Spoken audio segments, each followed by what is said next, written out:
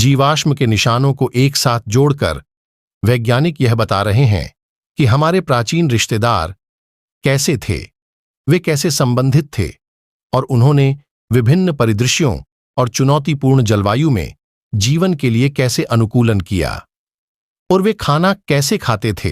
Neanderthal को कभी मैला ढोने वाला माना जाता था, लेकिन अब उन्हें सर्वोच्च शिकारी माना जाता है। 1980 में यह परिकल्पना की गई थी कि जर्सी के ला कोटे डी सेंट ब्रेलेड में एक नाले के आधार पर विशाल खोपड़ी के 2 ढेर विशाल ड्राइव शिकार के सबूत थे, लेकिन इस पर विवाद है। जंगली वातावरण में रहते हुए निएंडरथल संभवतः घात लगाकर हमला करने वाले शिकारी थे, जो अपने लक्ष्य एक प्रमुख वयस्क के करीब पहुंचते थे और उस पर हमला करते थे, एक छोटी सी गति में करीब से भाला मारकर।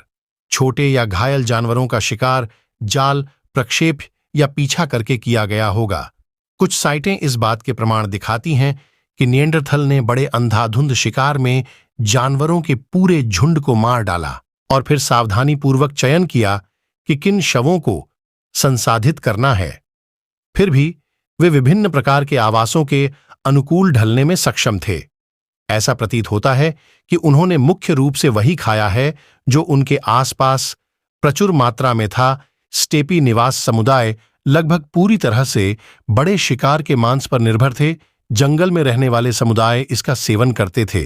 पौधों और छोटे जानवरों की विस्तृत श्रृंखला और जलीय संसाधनों को इकट्ठा करने वाले जलीय समुदाय। हालांकि दक्षिण पूर्वी इबेरियन प्रायद्वीप जैसे अधिक दक्षिणी समशीतोष्ण क्षेत्रों में भी बड़े खेल अभी भी निएंडरथल आहार में प्रमुखता से शामिल हैं। इसके विपरीत समकालीन मानव अधिक जटिल भोजन निष्कर्षण रणनीतियों का उपयोग करते प्रतीत होते हैं और आमतौर पर उनका आहार अधिक विविध होता है। फिर भी निएंडरथल को अभी भी पोषक तत्वों की कमी और प्रोटीन विषाक्तता को रोकने के लिए पर्याप्त विविध आहार खाना पड़ा होगा, खासकर सर्दियों में जब वे संभवतः ज्यादातर दुबला मांस खाते थे।